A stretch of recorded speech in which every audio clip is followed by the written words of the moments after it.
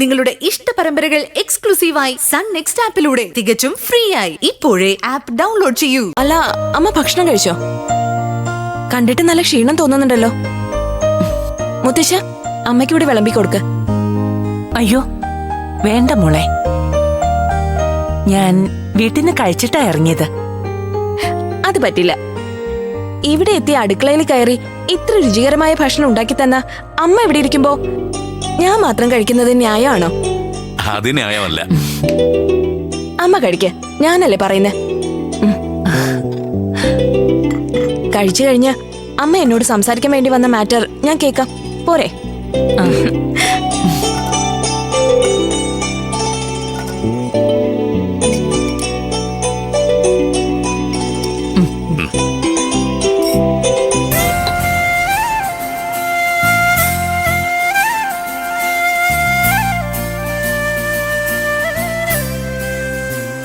അമ്മ ഭക്ഷണം കഴിച്ചു കഴിഞ്ഞൊന്ന് റെസ്റ്റ് ചെയ്യ.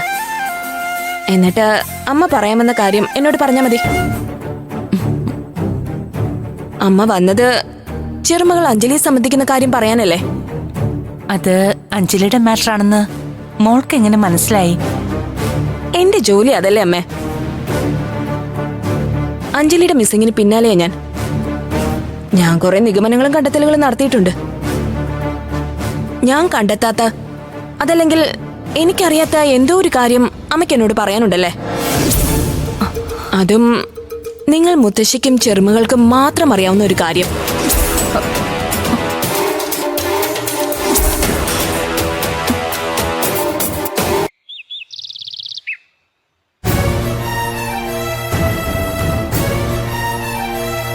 എവിടെ എവിടെ നിന്റെ ബാഗും സാധനങ്ങളും? ഇല്ലച്ച, ഞാൻ വരുന്നില്ല. അച്ഛൻ പൊയ്ക്കോ. ചേതേ, നീ എന്തായി പറയുന്നേ? എന്റെ കൂടെ വരാനല്ലേ നിന്നോട് ഞാൻ പറഞ്ഞത്? പെട്ടെന്നെന്താ നിനക്കൊരു മനമാറ്റം? തൽക്കാലം ഞാൻ വരുന്നില്ല. അച്ഛൻ പൊയ്ക്കോ. ഞാൻ പോകാം, പക്ഷെ ഇനി മേലാൽ എന്നെ വിളിച്ച് പരാതിയൊന്നും പറഞ്ഞേക്കരുത്. പ്രതാപ, നീ അവളെ നിർബന്ധിക്കണ്ട. ഈ ഒരു പ്രത്യേക സാഹചര്യത്തിൽ അവളുടെ തീരുമാനമാ ശരി. ഇനി ഞാൻ നിന്റെ ഒരു കാര്യത്തിലും ഇടപെടാൻ വരില്ല. നീയായി നിന്റെ പാടായി. ഒരു കാര്യത്തിനും ഇനി എന്നെ വിളിച്ചേക്കരുത്.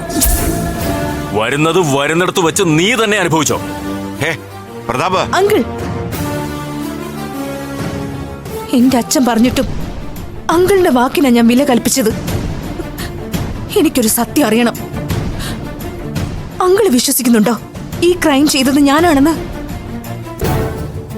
പറയ്. ഏയ്, ഞാനങ്ങനെ വിശ്വസിക്കുന്നില്ല. പ്രതാപം പറഞ്ഞിട്ട് പോയതുപോലെ മൊബൈൽ നിന്റെ മുറിയിൽ നിന്നുമാണ് കിട്ടിയതെന്ന് പറഞ്ഞിട്ട് പോലീസിന് നിന്നെ പ്രതിയാക്കാൻ പറ്റില്ല. ആ ഫോണിൽ നിന്റെ ഫിംഗർ പ്രിന്റ് ഉണ്ടെങ്കിലേ പോലീസിന് അതൊരു തെളിവാവുള്ളൂ. അങ്കിളെങ്കിലും എന്നെ ഒന്ന് വിശ്വാസത്തിലെടുക്കണം.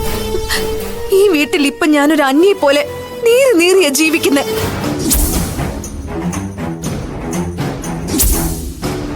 ഒരാളും എന്നോട് മിണ്ടുന്നില്ല. എന്തിന് മുഖത്ത് പോലും നോക്കുന്നില്ല. ഞാൻ സ്വയം ചിന്തിക്കുന്നുണ്ടെങ്കിൽ ഇവരൊക്കെ ഇത്രമേൽ എന്നെ വെറുക്കാൻ ഞാൻ എന്ത് തെറ്റാണ് ചെയ്തത്? വയ്യ അങ്കിൾ, എനിക്കിനി വീർപ്പ് മുട്ടി ഈ അന്തരീക്ഷത്തിൽ ജീവിക്കാൻ വയ്യ. എങ്ങോട്ടെങ്കിലും ഇറങ്ങിപ്പോയാലൊന്ന് പലതവണ ഞാൻ ചിന്തിച്ചതാ. അത്രയ്ക്ക് മടുത്തു. അതല്ല, ഞാൻ പറയുന്നത് ഇനി ഇവിടെ ആർക്കും ഉൾക്കൊള്ളാൻ കഴിയുന്നില്ലെങ്കിൽ പിന്നെ എന്റെ മുന്നിൽ ഒരു വഴിയേ ഉള്ളൂ. അത് അവസാന വഴിയാ. അത് ഞാൻ ചൂസ് ചെയ്യും. ഞാൻ സൂയിസൈഡ് ചെയ്യും. മോളെ,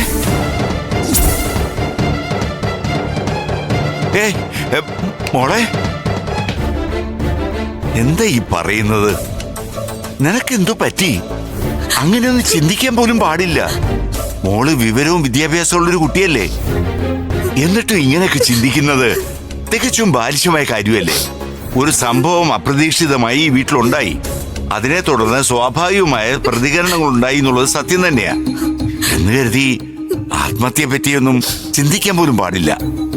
ഇതൊന്നും മോള് തൽക്കാലം കണ്ടില്ലെന്ന് അടിച്ചാ മതി. പ്രീ പ്ലാൻ ചെയ്ത് തന്തയും മോളും കൂടി ഒരു ക്രൈം ചെയ്തിട്ട് നിന്ന് മോങ്ങുന്ന കണ്ടില്ലേ?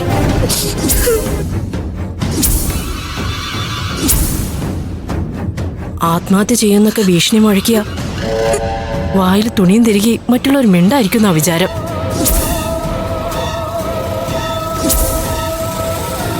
കാഞ്ഞ ബുദ്ധിയാ.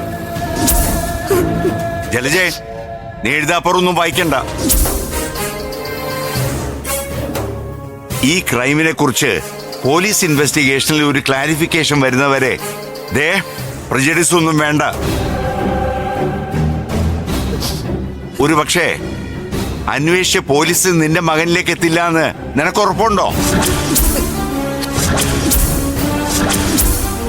ഏട്ടാ, ഇവിടുത്തെ പ്രശ്നം ഇതാ. പണ്ട് മുതലേ ഇവിടെ നടക്കുന്ന എല്ലാ തോന്നിവാസങ്ങൾക്കും ഏട്ടൻ കുട പിടിച്ചു കൊടുക്കുന്നുണ്ടാ ഇവിടെ ഇത്ര അഹങ്കാരിയായത്. എന്തും ചെയ്യാൻ മടിക്കാത്ത രാക്ഷസ സ്വഭാവ ഇവക്ക്.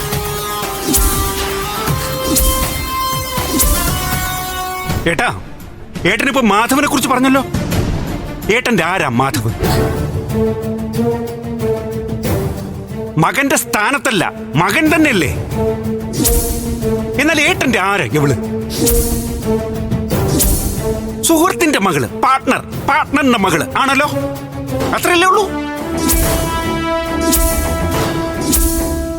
ഏട്ടന് രക്തബന്ധമുള്ള മാധവാണോ വലുത്, അതോ ഈ നിൽക്കുന്ന ശ്വേതയോ?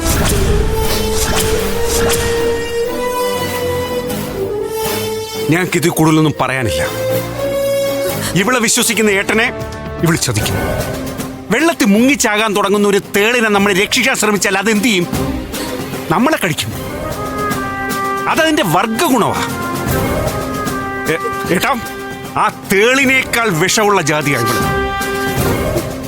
ഏട്ടൻ നന്നായിട്ടൊന്ന് സൂക്ഷിച്ചു. മതിയായില്ലേ? പാടി.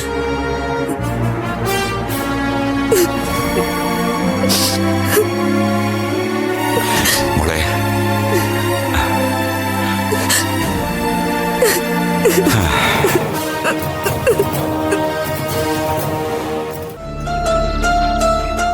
അമ്മയോട് എനിക്ക് ആദ്യമേ തന്നെ പറയാനുള്ള ഒരു കാര്യം, അഞ്ജലിയെ സംബന്ധിക്കുന്ന കാര്യങ്ങൾ വള്ളി പുള്ളി വിടാതെ സത്യസന്ധമായി പറയണമെന്നാണ്.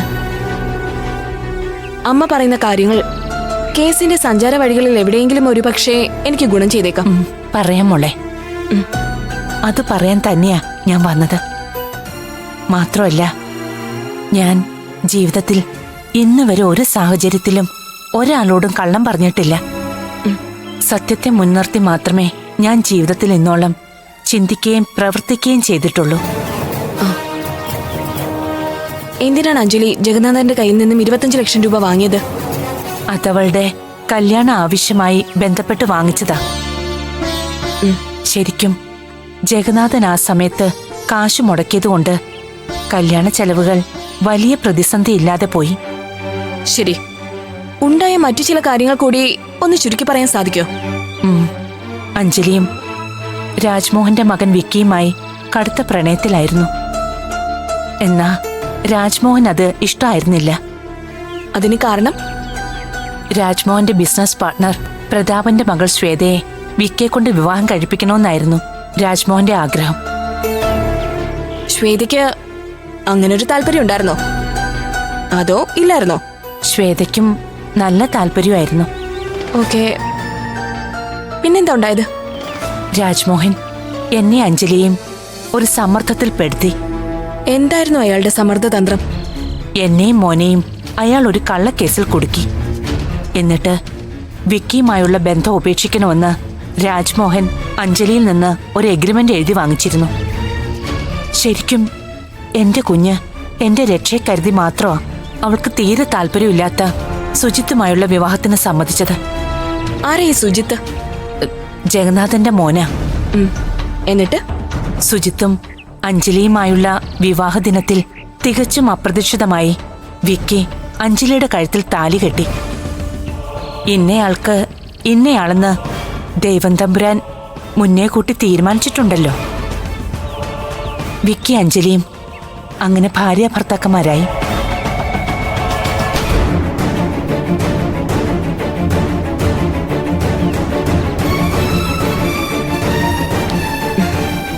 എന്നിട്ട് ഇപ്പോ വിക്കി അപർണാണെന്ന് ദക്ഷയോട് പറയണോ? പറഞ്ഞാൽ അത് മറ്റു പ്രശ്നങ്ങൾ വല്ലതും ഉണ്ടാക്കൂ.